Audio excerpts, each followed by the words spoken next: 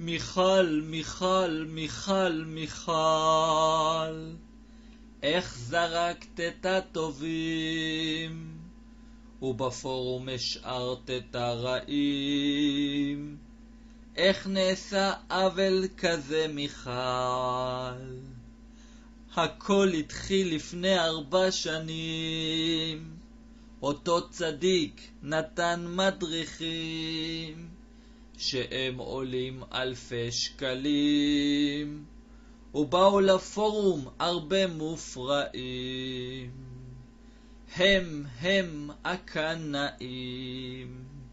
מיכל, מיכל, מיכל, מיכל, איך זרקת את הטובים, ובפורום השארת את הרעים. איך נעשה עוול כזה, מיכל?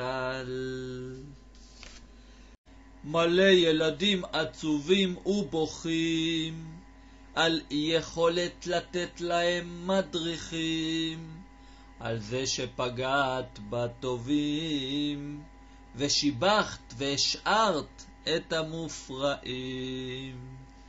מיכל, מיכל, מיכל, מיכל, איך זרקת את הטובים, ובפורום השארת את הרעים.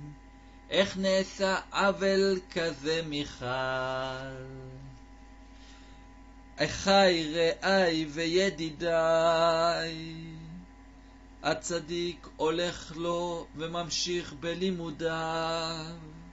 דעו לכם שהשמה פה מיכל, אשר גרמה שלא תקבלו מדריכים. מיכל, מיכל, מיכל, מיכל,